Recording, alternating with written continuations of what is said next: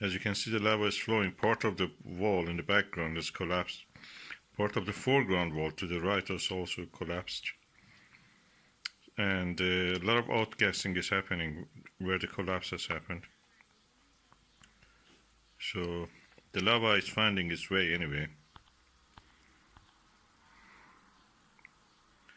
But now we are dealing with an unstable slope on the actual volcano.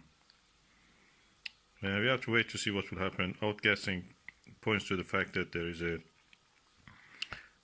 chemical reactions going on in that section. Lava is boiling and releasing gas, and volatiles are being released. By volatiles we mean things that are not silicate, like water, sulfur dioxide, and CO2. Of course, these are the products of the volcanic activity. Water in the form of water vapor exists in minerals. So interesting development. As you can see in that area also, some lava is flowing.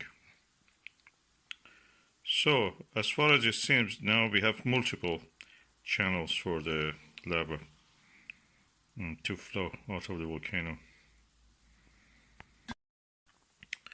And the eruption is getting longer, the period of it.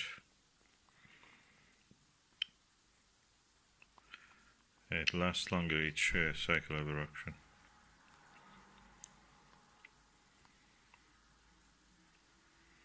I've been watching this for the last 5 minutes and it's yet continuing.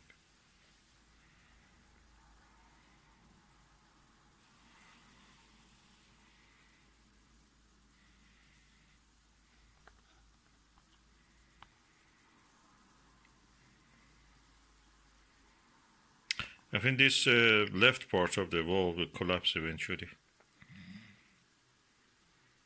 Sorry, right part of the wall. Underneath of it is now detached. We will see anyway.